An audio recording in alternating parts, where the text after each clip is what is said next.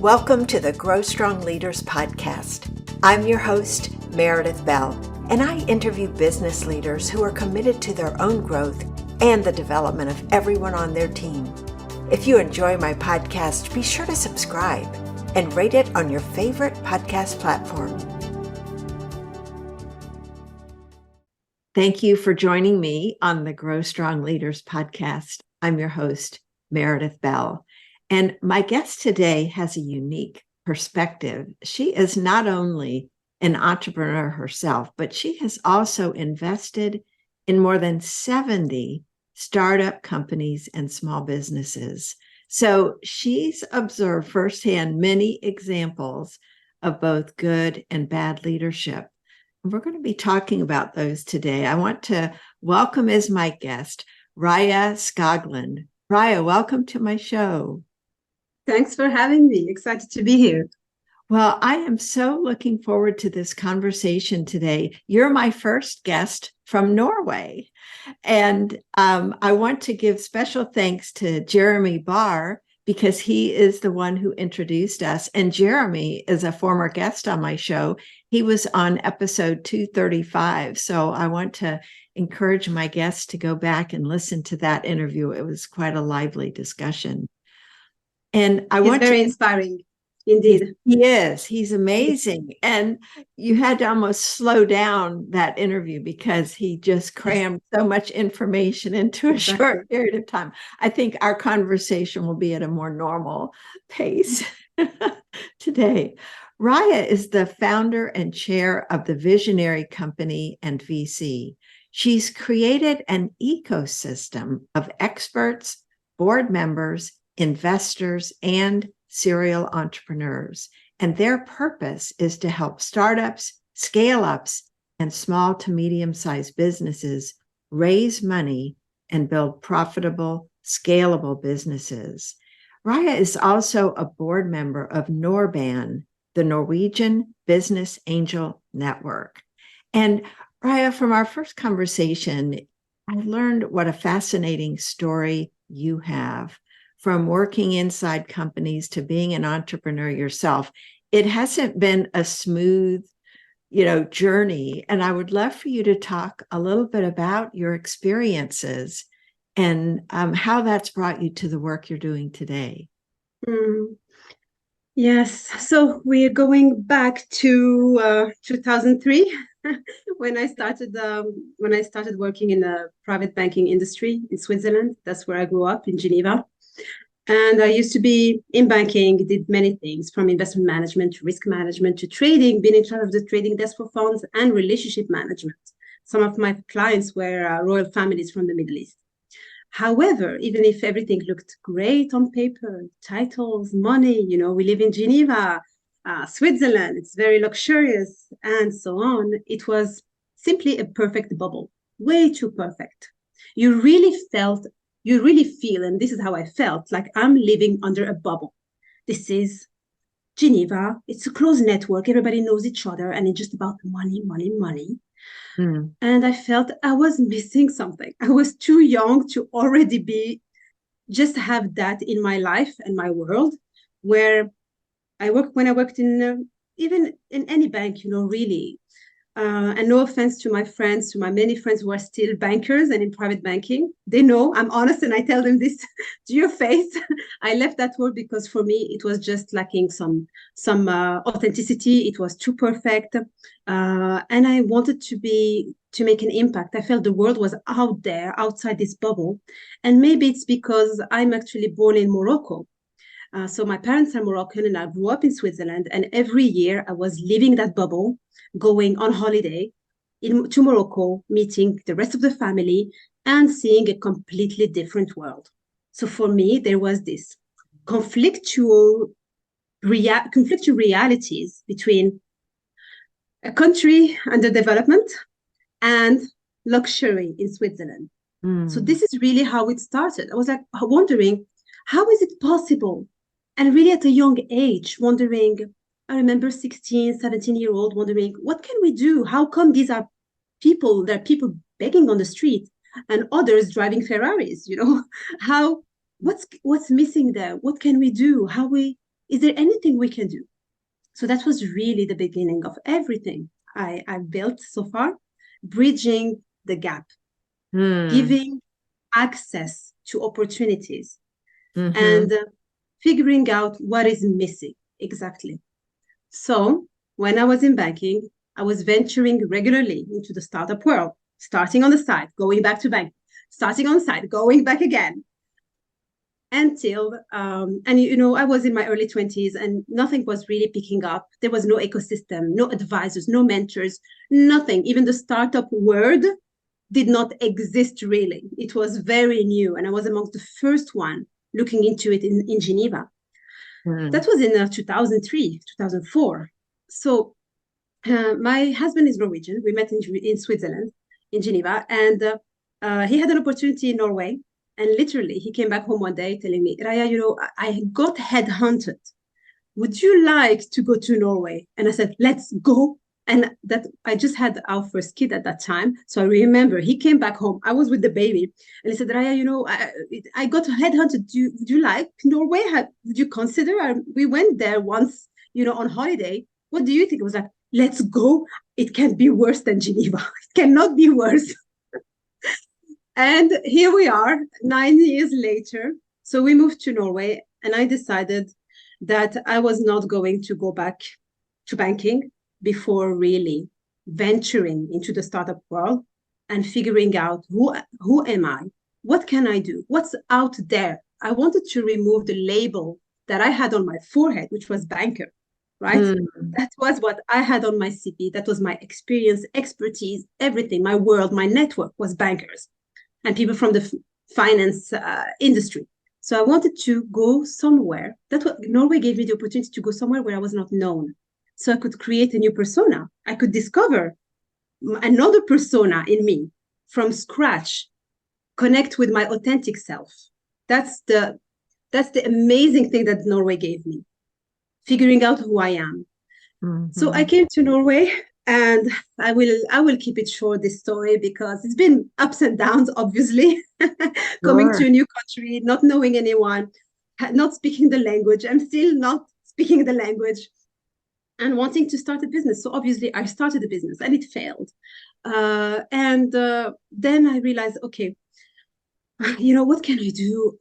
I don't know anybody. I don't speak the language. I don't have any clue about how to start a business. Let's be smart a little bit. And I literally had an aha moment under the shower, a moment of inspiration, wondering, what should I do? And I was like, okay, you know what? You love events. Your previous company that I started and failed with a co-founder I found in Norway when I just arrived was event planning, okay, for corporates. So I was like, okay, you love events. You love people. You love bringing people together. Why don't you create a networking event for founders? So you help them connect with each other. Maybe there are some other people like you who wants to build a network. And at the same time, you get to make new friends, get inspired, maybe land an opportunity, whatever. Just put it out there and see how it goes. So I created a Facebook page. That was 2016 when we arrived. So 2016. And created an event page, Facebook page, called it straightforward, Drink Entrepreneurs Oslo, straightforward. We know what it's about. It's drinks for entrepreneurs in Oslo. I started to promote that Facebook page and event on groups for expats, jobs in Norway. You have tons of Facebook groups out there. And I was expecting 5 people. I thought if 5 people show up, I would be so happy. 5 new friends, just arrived here. No, over 70 showed up. 70? Yes. Wow. And because I decided, I wrote on the Facebook page that was going to be a monthly event. I wanted to, to keep it going. During the event, they told me, okay, so when is the next event? I went, well, apparently it's next month. So see you next month. And from there, every month I was gathering 100 plus. Up to 9 months later, we had over 340 people. So very quickly, my network exploded. My brand, I was known because at that time, again, it was also a very immature ecosystem, we can say. at 2016, some accelerators started, some incubators. There was one co-working space that I was using. I was collaborating with them to host my event, then a second one and so on. So I was at the right time. I came at the right time. And there, long story short, I created my own company. I landed the Danske Bank, a Danish bank that wanted to launch a platform helping startups build a network, which I was doing offline. So I migrated everything online. Very quickly, we went to market with 50 startups from month one. We had 50 startups signed up on our platform. And I was in charge of launching the job platform, the hub.io in Norway. So I launched it 2016, scaled it to basically we had all the startups recruiting talent in Norway. We were also in Denmark, Sweden, Finland, Northern Ireland. And that was an amazing opportunity to be completely funded by a bank, still have it via my company, learn how to scale something online, actually. And, from there, I left that project, launched an online accelerator because I was so much in touch with founders. I realized, okay, we help them with the network, but they still need knowledge. So I created an online program for founders, run it, met an early stage VC and accelerator. They hired me as head of fintech for my finance background. Then I joined as CEO. They acquired my platform when COVID hit because everything was online. And here, I'm not mentioning the moments of doubts and failure and so on. I'm just giving you the highlights, and it sounds like a smooth journey, but it hasn't been. There's been tears and rejection and pushback from people who told me, who needs an online accelerator? Everybody has co-working spaces and comes here to talk to us. What are you talking about? Online education, And I was like, I believe there is something with online education. That was 2017. Like, we don't need that. I was told by a known investor here in Norway and VC, I was told, Raya, we don't need that. We don't need you.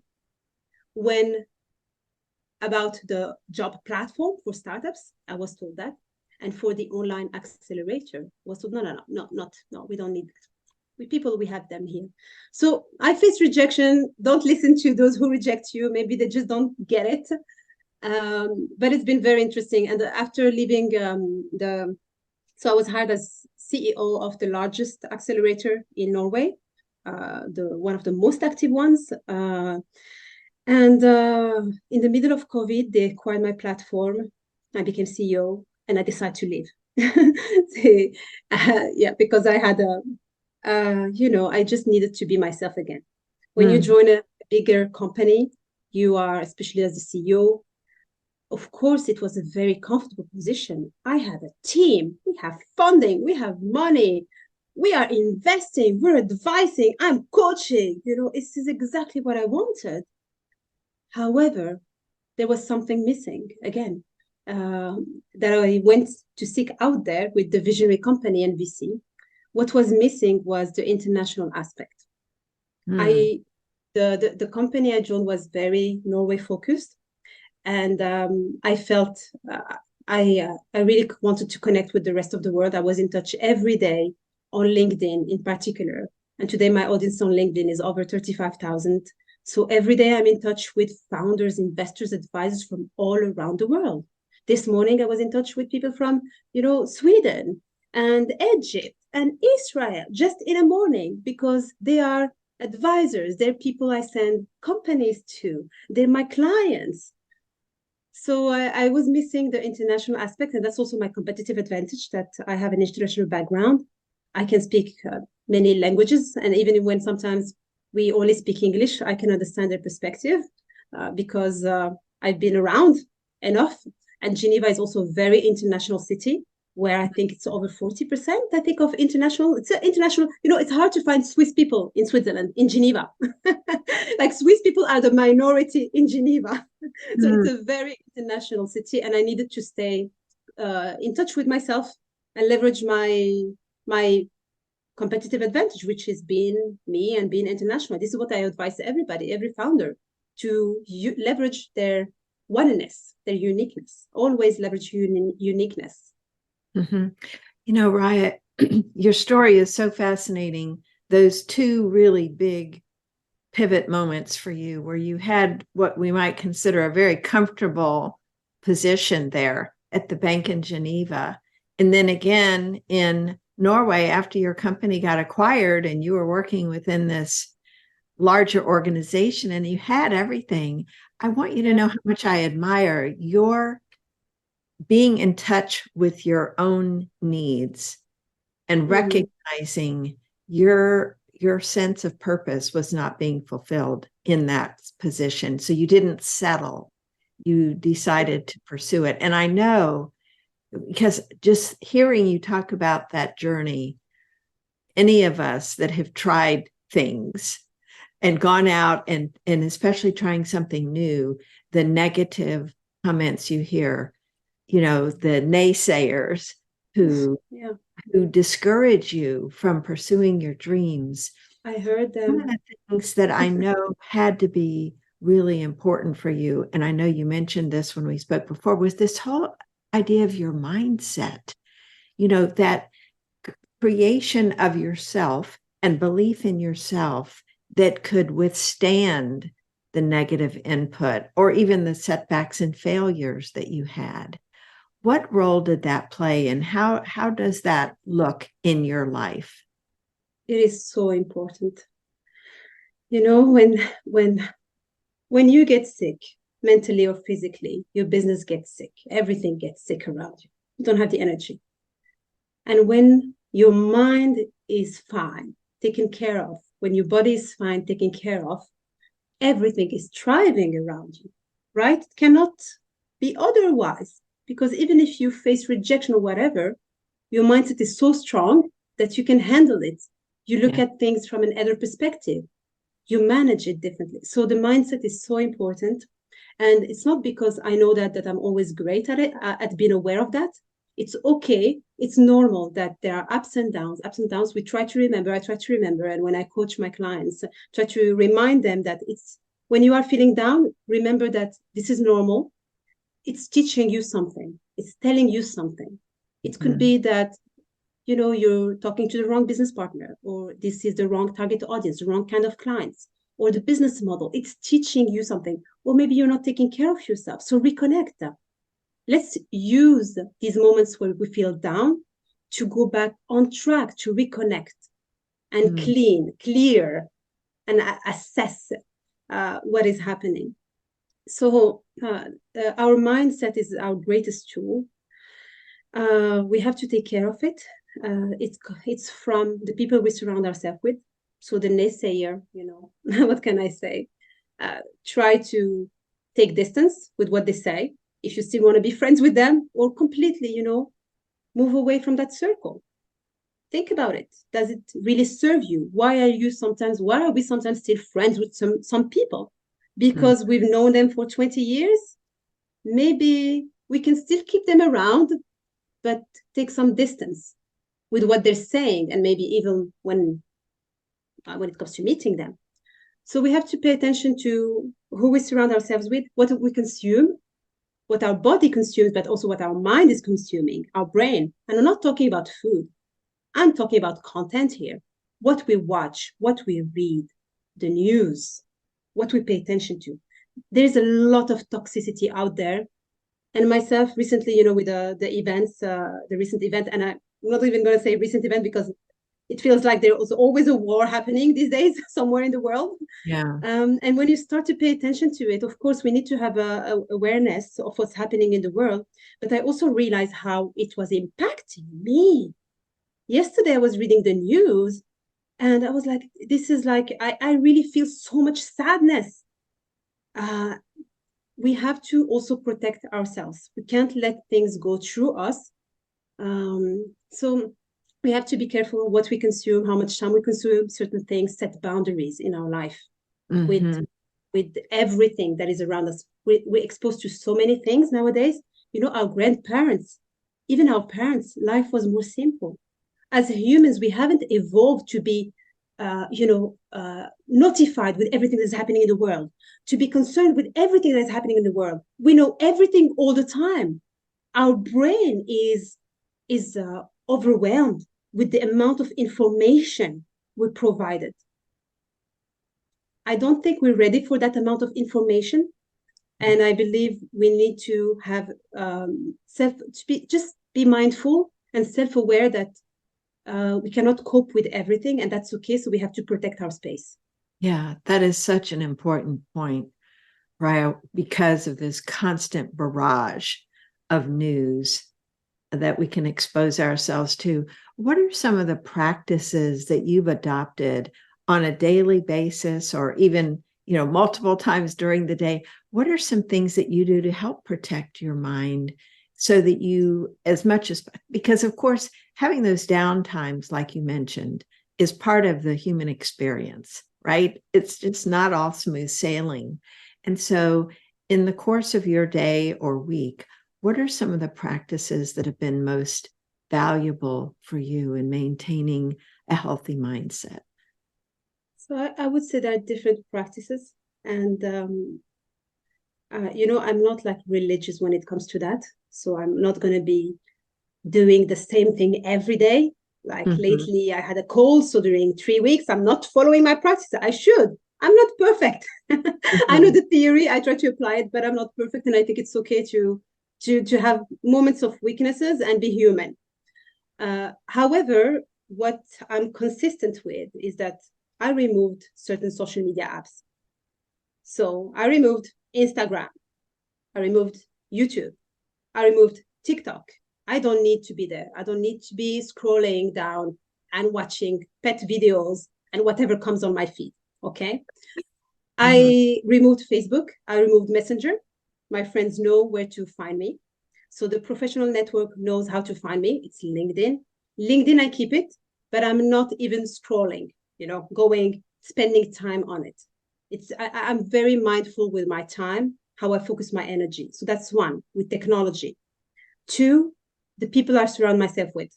There are friends that are, and also it's very important to have a peer, a support group, a supportive group of people.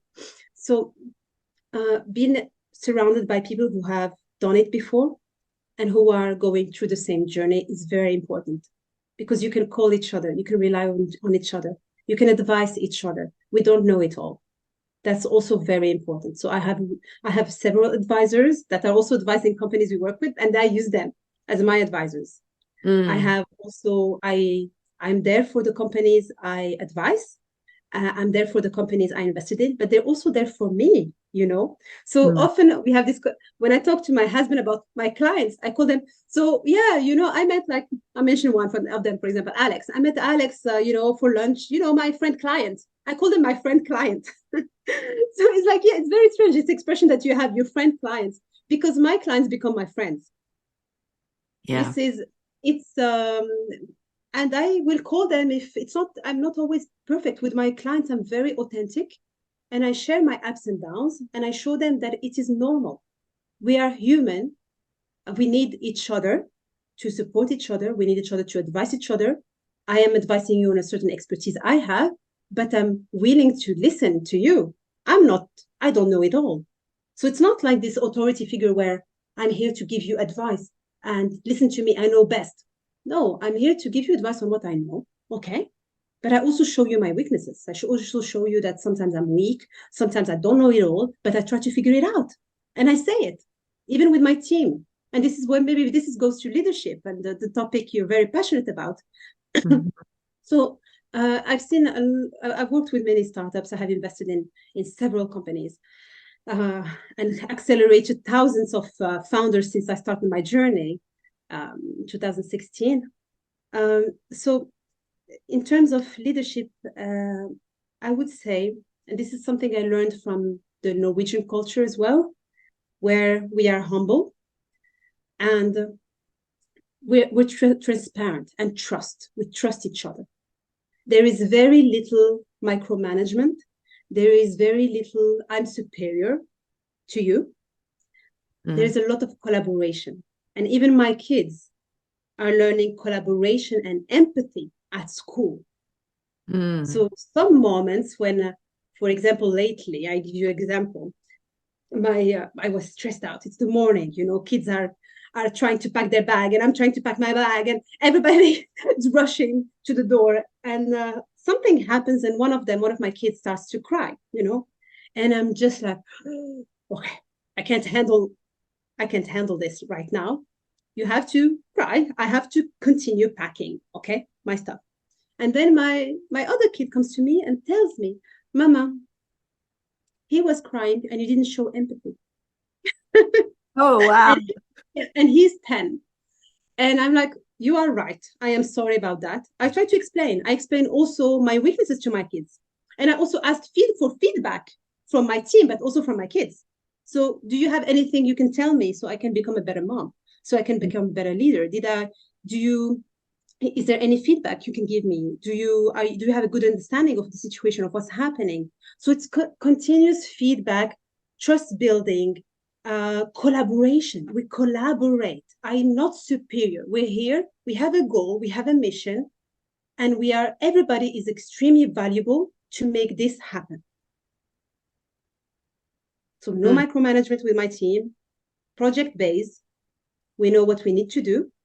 We touch base once per week or twice per week, and everybody's working on their own thing. And we know we have a goal. So it's all project based, no micromanagement. I don't tell them what to do. I listen to them. So I give them a task and say, so please get back to me and let me know if you have any input. How would you do it? I give them a task and I let them figure it out first, because maybe there are other ways than my old ways to do it. And if they need help, they know they can come to me. Plus, when you're running a small business, you do not have, or startup or scale up, you do not have the time. You cannot hire people who need to be micromanaged, who need to be told what to do. You can't. Otherwise, nothing is happening. You're just managing people. We're not a 200 plus people company where we manage people. We need to have entrepreneurial people who trust themselves, who trust the organization, who trust me, and can lead and run with projects. Wow. You've crammed so much there about leadership into such a short period of time. And I love that you tied it in with parenting as well, because these same principles that you just described apply really in all the relationships where we've got, like parenting, like running a company. And I love your emphasis on the collaboration, the lack of micromanaging. In fact, I was wondering, when you are working with owners of businesses, because I think this is true within companies as well, people who are in a leadership role are sometimes afraid of people making mistakes. And that's where and letting go of control. So how do you help these leaders who maybe, left a job where they were an employee and now are running a business where they have people to manage? How do you help them discover what you've learned about how to best run the business, the people side of the business? So this is a wide topic. We could be talking about strategy and methodologies for a while, but I will do my best now. I would say, to begin with, they do need to do the work themselves. So always we start ourselves or with a co-founder. So we do the work, we understand how it works. We can more easily find the right people and tell them what is needed to be done, the direction, give them a direction. Once we know the direction, what we need to achieve, we need to find people who are, like mentioned, entrepreneurial. They do not need guidance, support, and be reassured. We're running a small business. We don't have time to reassure and coach on the mindset. Yes, it's good to coach, but you need to have people you trust and can run with projects. So I would say there is a saying in the startup community, hire fast, fire fast. So you have someone in front of you. When I do this when I hire people. We don't spend really time on, my new hires, and many right now, actually, interns and social media managers, and we don't have a contract. We don't need a contract. This is so much trust-based, okay? I give them access to everything they need to be able to work and understand what we're doing. So they have access to databases, to content, to everything. If they want to burn it to the ground, they can. They will not. Okay? No one, why would they do that? It doesn't make sense. So there's a lot of trust. And then when we see that we're working together, you see, we put in place a contract. We're making the collaboration formal. But I need to test first the collaboration before knowing if you're a fit for us or not. And in any case, the collaboration, and even if we had a contract to begin with, it would be an internship or a test period. So why, in my case, it doesn't make sense to have a contract for a test period? Let's just test, right? Let's just test. And there's so much trust also that we know we live in a small world. Our brand is super important. If I screw them, they can go online, ruin my reputation forever. If they screw me, I can go online, ruin their reputation forever. So there's no reason to do anything wrong. We all know that we're here to do our best. We're here because we want to work together and we trust each other. So to move fast, I hire fast. I give them access to everything they need. And I tell them, we meet in 1 week and I want to see what you've done. This is the plan. You have to do this. You have to do this. You figure it out. I have to figure out my own activities, branding, partnership, investment, and so on. You say you're good at sales. You say you're good at content. You say you want to work in social media, in social media.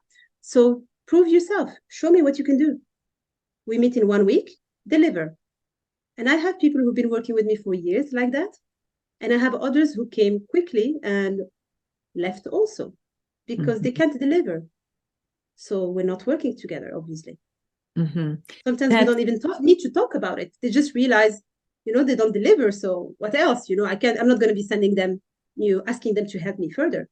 I think that's such a good, because one of the key things I think is true with people in leadership roles is this decisiveness, that willingness to say, that's it. When you think about hiring and some of that doesn't work out, to make that decision to let them go as quickly as possible, like you say, because otherwise you're losing sleep over that person.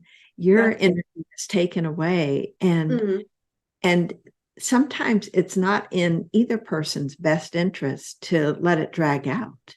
So it makes sense so I think that decisiveness is a key aspect of being an effective leader. Would you agree with that? Not just in hiring, but in other communicating it, being clear, saying, we're starting here. I cannot micromanage you.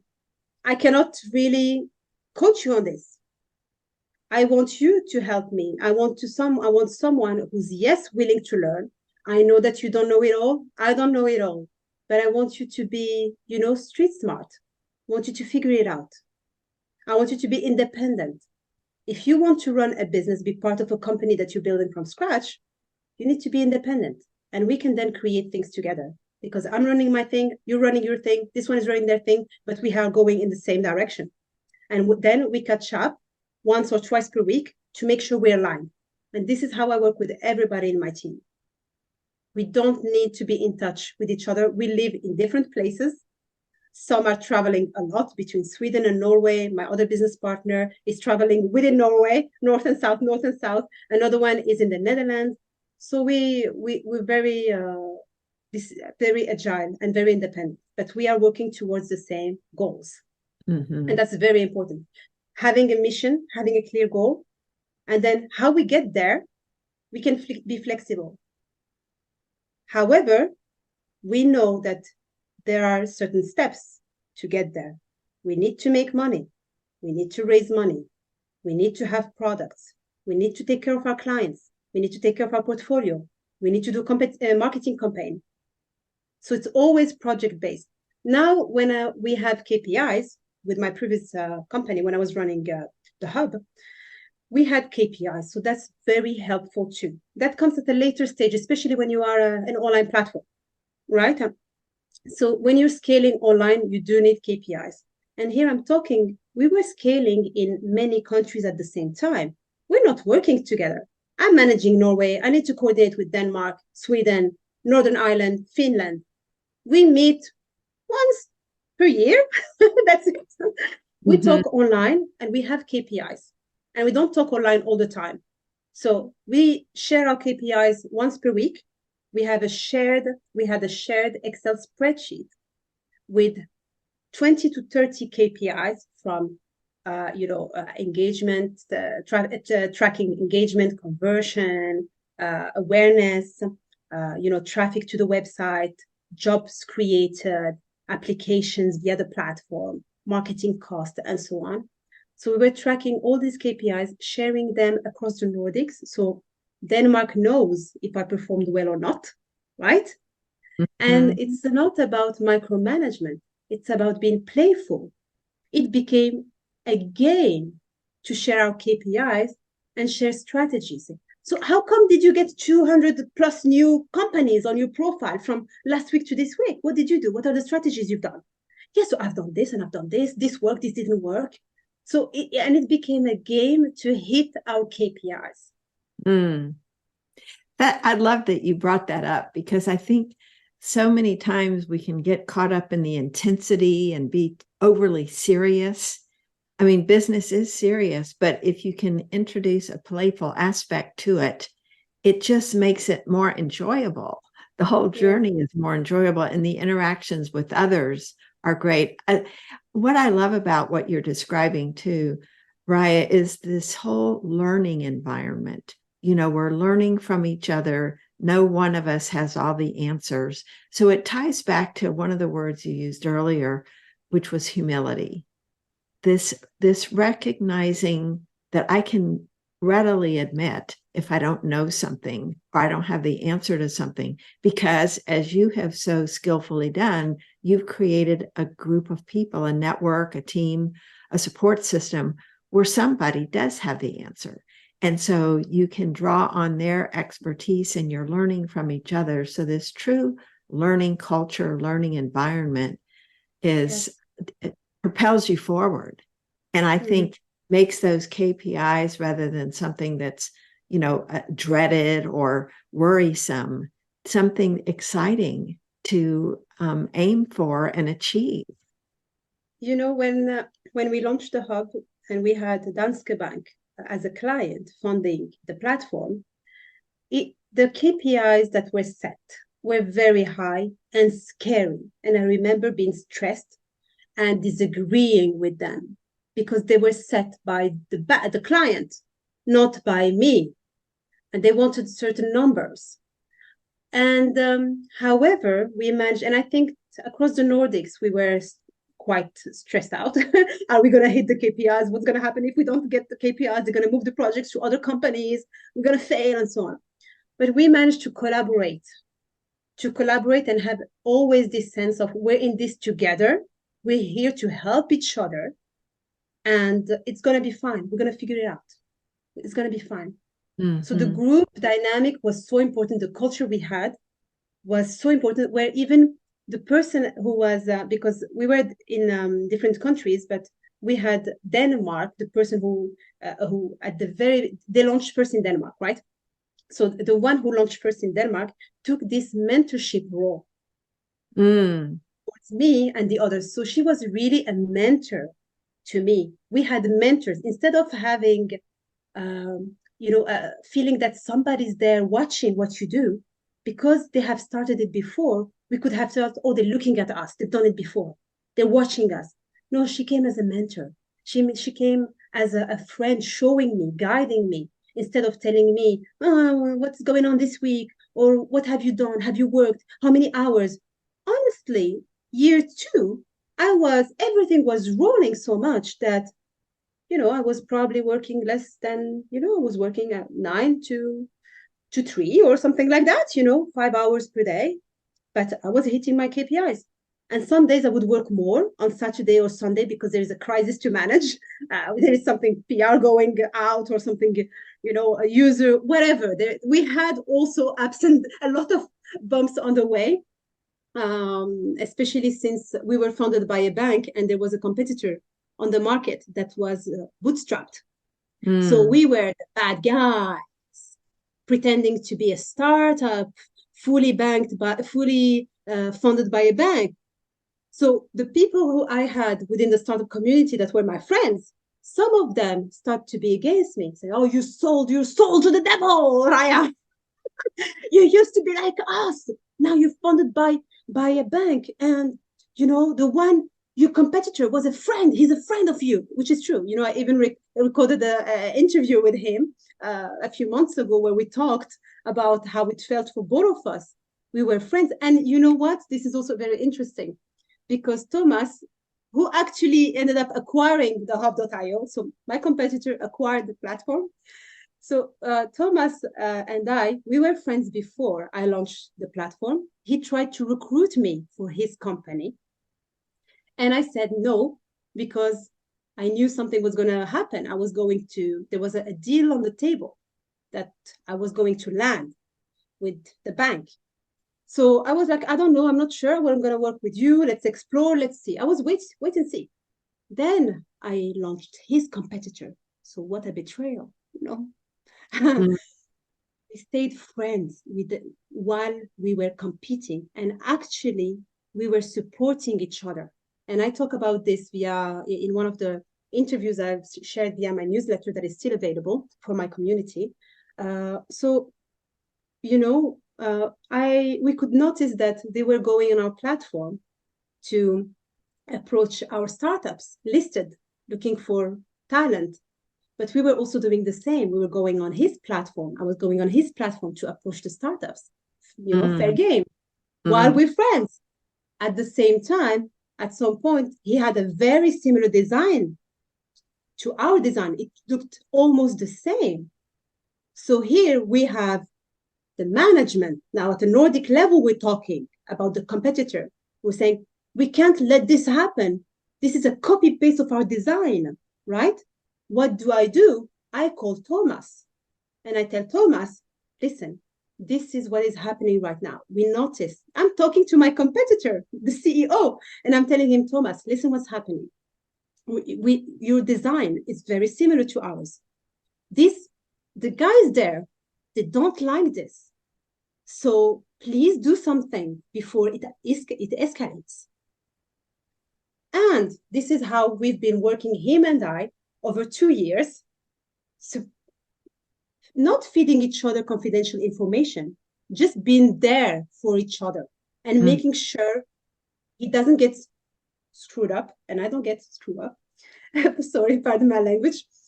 And because life is long and the world is small, and we need to be very careful with our relationships.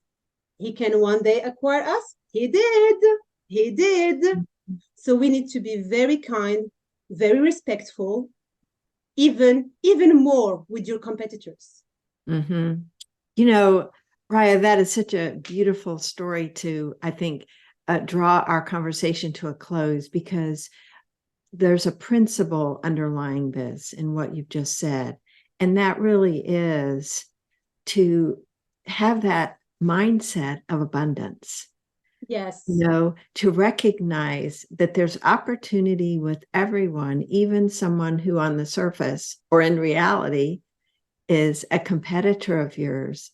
There's opportunities to bring in some of those behaviors that you described so well, the collaboration, the trust.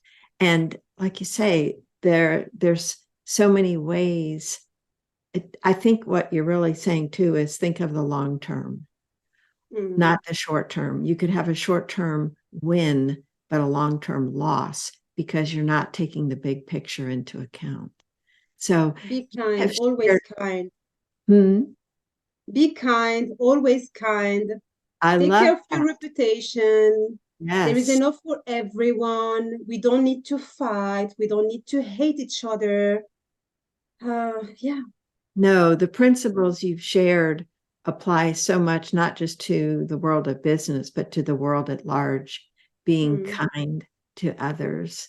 I love ending on that note. And I would love for you to share, how can people connect with you, learn more about the work you're doing with these startups and other businesses? The best way is to follow me and connect with me on LinkedIn. That's where I share my content on brand building, because I help, I coach on how to grow on LinkedIn, gain clients, investors, scale. And I share a lot of knowledge on fundraising, entrepreneurship, how to start a business, scaling.